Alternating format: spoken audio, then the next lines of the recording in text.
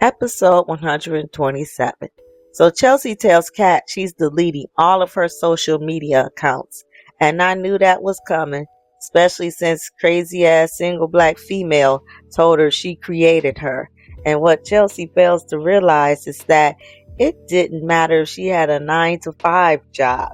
She could have just been living her life, going to work, coming back, and still ran into a psychopath. Really didn't matter. Next, Danny tells Vanessa that she was shocked that she and Bill came together the way they did during Chelsea's ordeal. So Vanessa told her the bond between parents are so much stronger than between lovers. And she says that's why she and Doug had stayed together for so long. And I was wondering why she had stayed with Doug and why she hasn't divorced him. But then I realized that that's a bunch of BS she's talking, because their kids are adults. So I think it's because Doug is willing to deal with her adulterous ass. Whereas if she had someone else, they wouldn't be going through that.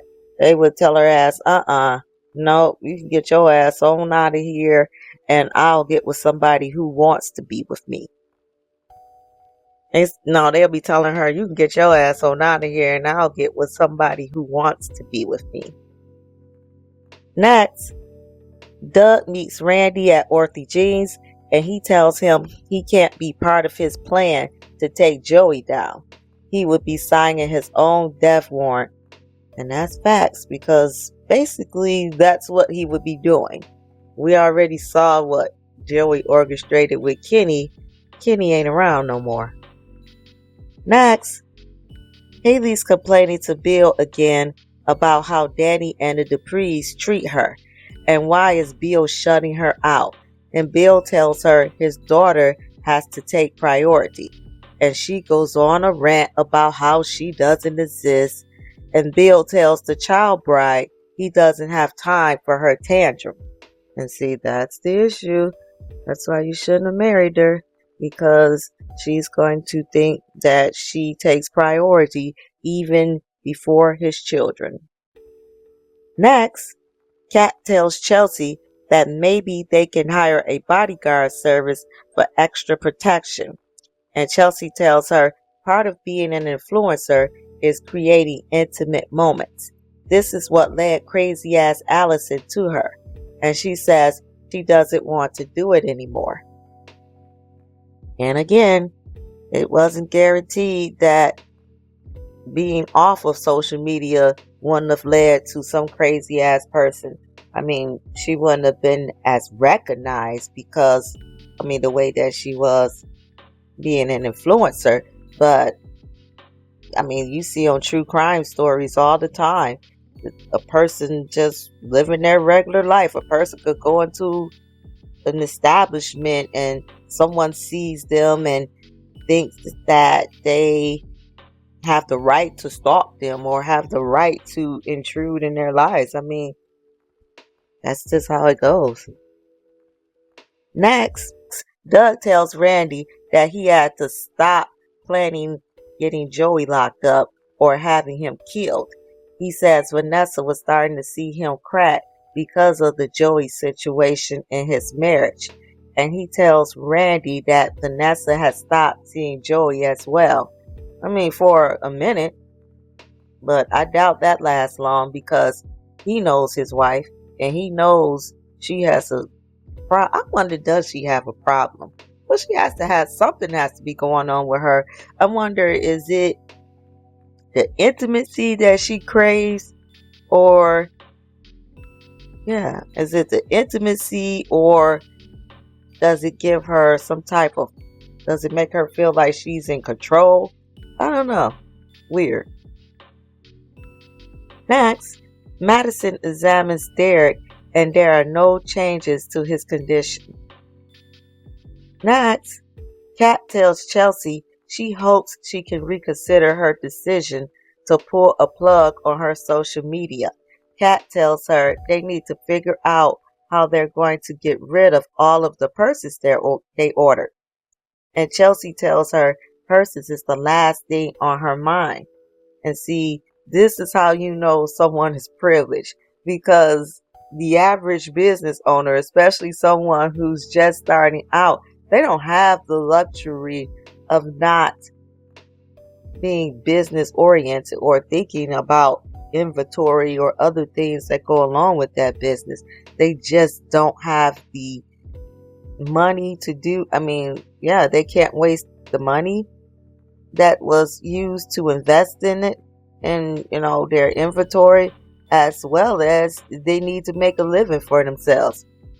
So Chelsea tells Danny she doesn't want any attention. She just wants to hide. And I understand. She's dealing with trauma. We get it. But Danny tells her she's in control and no one else. And that is facts.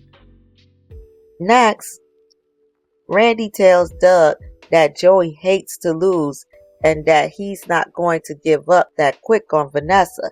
And Doug says he has confirmation that Vanessa hasn't seen Joey. And I guess he's probably having somebody follow her. But what good is that? This woman was going around ordering escorts before Joey. So what good does it, even do to have someone follow her? Because if it's not Joey, it's going to be somebody else. Next, Vanessa tells Joey that his attitude towards Doug started to scare her. And she says she loves Doug because he's the father of her children.